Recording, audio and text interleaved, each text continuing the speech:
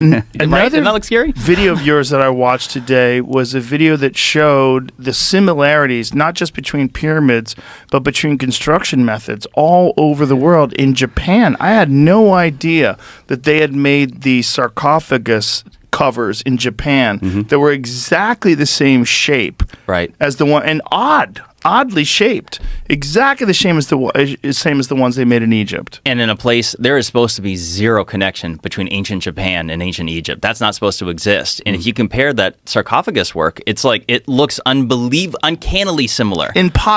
Almost impossible that two people would come up with the same design. Right. Because it's like coming up with, I don't know, I don't have a good, like if someone like this lighter, if someone this is an unusually shaped lighter, the way the top pops, if someone just coincidentally without any internet came up with this on the other side of the planet, you'd be like, how the fuck? It's so oddly shaped. Yeah. Like the button's in the same place, the lid's in the same place. There's no way. Right. That's what it looks like to me. And the fact that it took an enormous amount of effort to make and move and put it into place, because you're talking about incredibly heavy stone. And hard stone. Yes. Like that's the other, people don't appreciate just how hard this igneous stone is that these things are made from. Like granite, granodiorite, cyanite, like it's harder than steel. Like it's there's 6.57 on the Mohs scale. It's incredible work. And the fact that these similar construction methods existed in Peru, they existed in Egypt, they existed in Japan, and we don't know how old stone is. Right. That's what's really wacky. When we talk about like carbon dating, they're not carbon dating stone. No. They really don't know. So even when they go back to ancient Egypt and they say, oh, we date the pyramids construction to 2,500 BC, it's a fucking guess. That's what I think. It's a guess. It really is. It has to be a guess. It really can't be anything other than a guess. They can measure organic matter. They can measure stuff that's in between the stones, but we have no idea when that was put there. If something existed for tens of thousands of years before we're dating it, we really wouldn't know. Well, we would have evidence that of course people would still live there. Of course people would still live around them. And we would have evidence that those people had left stuff behind that was a certain age, but we have zero evidence as to how old those things are. Right. That's right. And when I found that out, I was baffled. Yeah.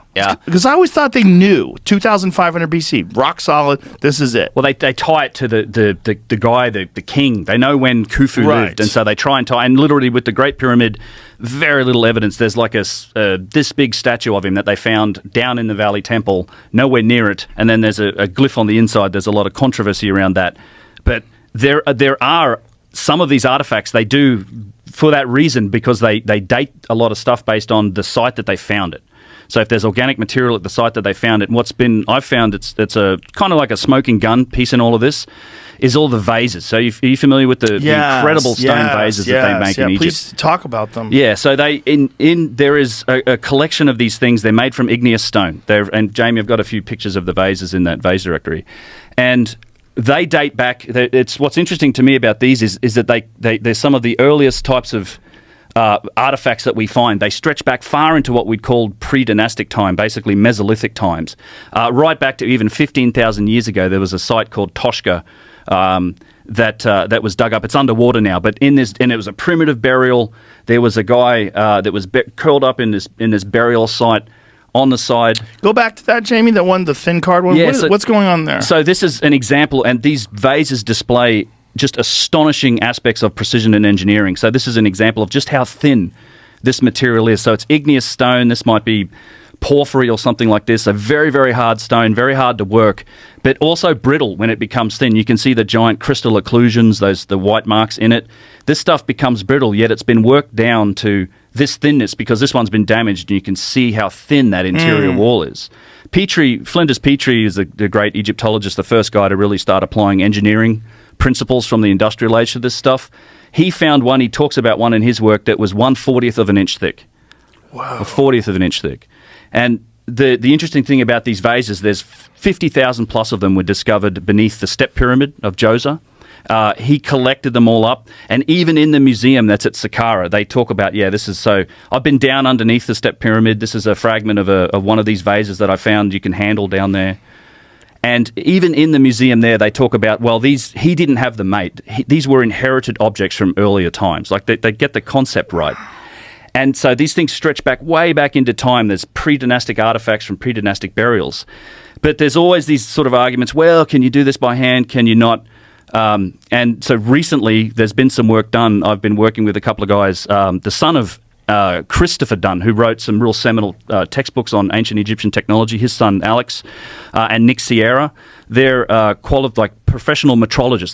They work for Rolls-Royce in Indianapolis. They make aerospace parts, turbine blades, things like that. They've got their hands on a pre-dynastic Egyptian vase, and for the first time, they've actually been able to scan this thing using a structured light scanner and define the specific elements of precision on it, and it's just astounding. Like this puts the whole concept of can these even remotely been made by hand to bed. Like these things had to have been made on a machine and made with extreme precision, because this vase that is pre-dynastic, this is a picture of the vase here that they found in a private collection, because I should say generally archaeologists, Egyptologists, they're not engineers. They're not particularly interested in sort of how things were manufactured.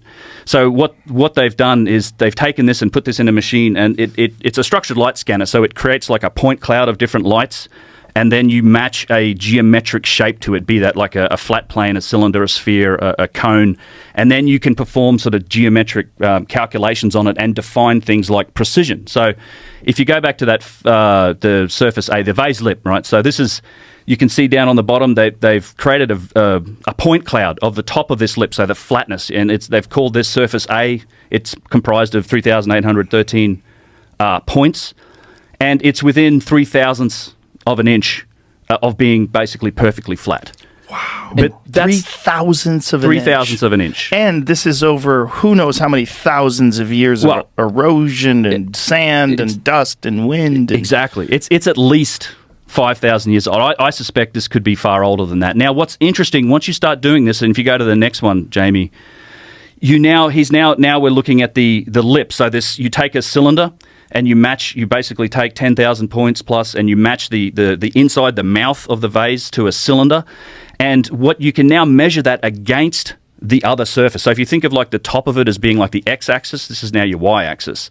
So that first symbol here, the perpendicular symbol, what it's showing is that how perpendicular is this cylinder on its axis relative to the top of the vase, the surface A that's on the top, within 1,000th of an inch. 1,000. So it's perfectly perpendicular.